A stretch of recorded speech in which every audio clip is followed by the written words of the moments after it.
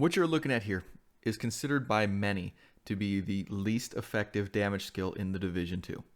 And the main reason for this is because the skill's targeting is very poor. It is a manually targeted area of effect skill, and it just does not have the reaction speed needed for most high-speed combat situations. However, because of this, many players have overlooked the most dominating aspect of this skill, which is its status effect. The Airburst Seeker Mine's burn has the most damage and the longest duration of any status effect in the game.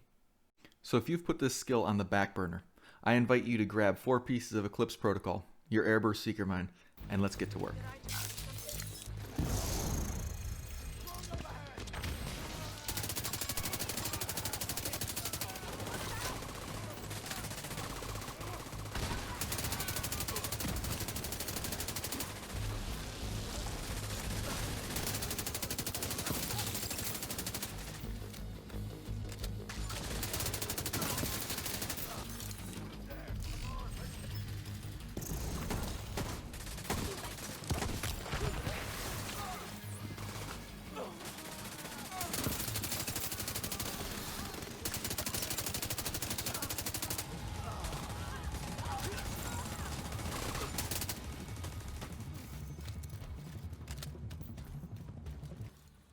Now, I'm not going to sit here and pretend like me and the Airburst Seeker Mine are the best friends for all time.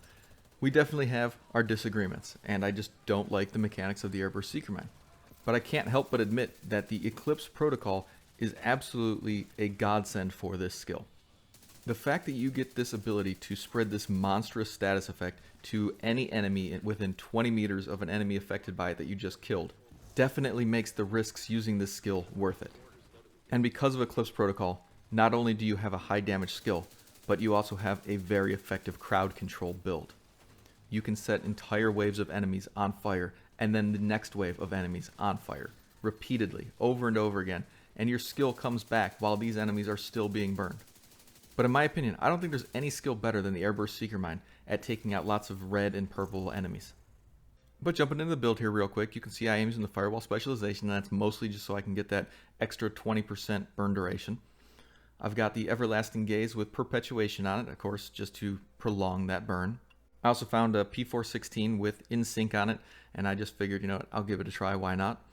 My sidearm doesn't really matter, just, you know, whatever you feel like using personally. My backpack is Eclipse Protocol, and it's mostly just for the backpack talent where any status effect enemy gets 15% amplified damage from me. Mask, another piece of Eclipse. This one is rolled with status effect. My chest piece, again with status effect, and this one has proliferation on it, which just increases the range and the duration of any spread status effects. For my gloves, I am using the btsu gloves because I am using the Stinger Hive, just because it gives me that overclock skill haste on the Airburst Seeker Mine. My knee pads are Wyvernware. I would prefer to have something with status effect on it, so I am looking for better knee pads, but these will do for the time being. And my final piece is my Eclipse holster, which is also rolled in status effect. As you can see here, my Stinger Hive, 10-second bleed, 50k damage on the bleed, with 700k damage on the actual stingers itself. Airburst Seeker Mine, you can see here, 26-second burn duration with a 226k base burn. Now once I actually start activating my talents and buffing up that skill, I do a lot more damage and get a lot, better burn on it, especially if I hit perpetuation on it, get an even bigger burn duration. It really helps out that skill. Now a few things I just want to note. The backpack talent for the Eclipse Protocol might not actually be the best for this build. I wanted to give it a shot and actually see how it worked and see if it was really worth it. But there could be different talents that you might want to use. And it also might be based on how you set up your build. So if you didn't want to use the btsu gloves, you didn't want to use the Stinger Hive, you might want to use different things. You obviously don't have to use every single piece that I use. I'm just trying to present an idea and show you what I'm using to accomplish that idea. So you may personally have a talent that you like better and you actually just want it on this build and would rather have, Eclipse Protocol on your knee pads instead of on your backpack. That's entirely up to you. I mean, obviously, I'm just presenting what I'm using personally and what I'm kind of testing out and what I'm finding is really effective. Now, with that being said, I definitely want to stress that the chest piece is pretty much a mandatory for this build. But the reason that I stress the chest piece is because if you don't use it, you'll be losing 50% of your duration every time your effects spread. So, my native duration is 26 seconds, meaning that if I would spread it to an enemy, they would only burn for 13 seconds without the chest. Still a pretty good duration. If you were using any other burn, like let's say you were using the fire starter or the incinerator turret, you basically have a base of 10 seconds on this build. If that was reduced by half, you would only be burning those second enemies for like 5 seconds. And then the next enemies that come after that would only be burned for 2.5 seconds. With the chest piece, I can basically end up burning the first group for 26 seconds. I can burn the second group for like 19 or 18 seconds. And if I make it to the third group, then I can still end up burning them for like 13 or 14 seconds. And again, if I make it to a fourth group, I mean, you know, however many groups or however many times you can spread this, you know, you can definitely see the benefit of having 75% over 50%. Because 75% will still kill most red bars. And it'll still kill a fair amount of the purple bars. And especially if you're playing solo, it'll definitely kill pretty much the whole lot of them. And the other reason not to be ignored is that you are also getting 5 meters of extra range on the transmission. This is a huge benefit to the build. You can get a lot more enemies with that 5 extra meters. You may not think so, but it's true. You can get a lot of enemies. You can cover a huge area with this talent.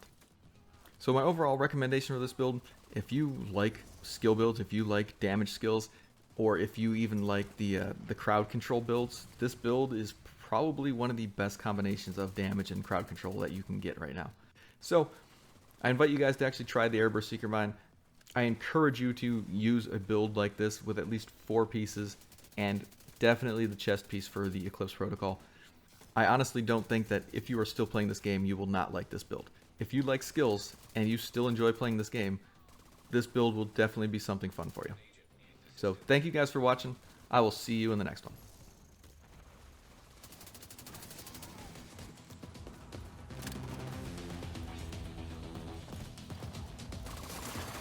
Agent down.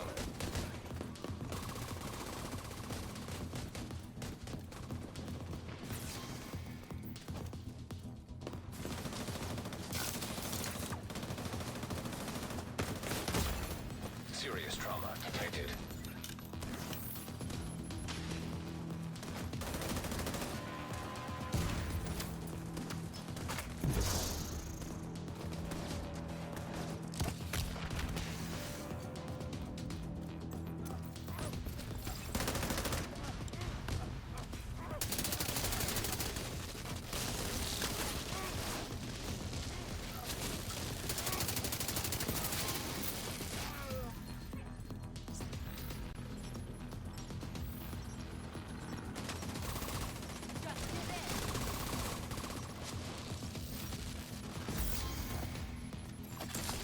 Rogue incinerator turret detected.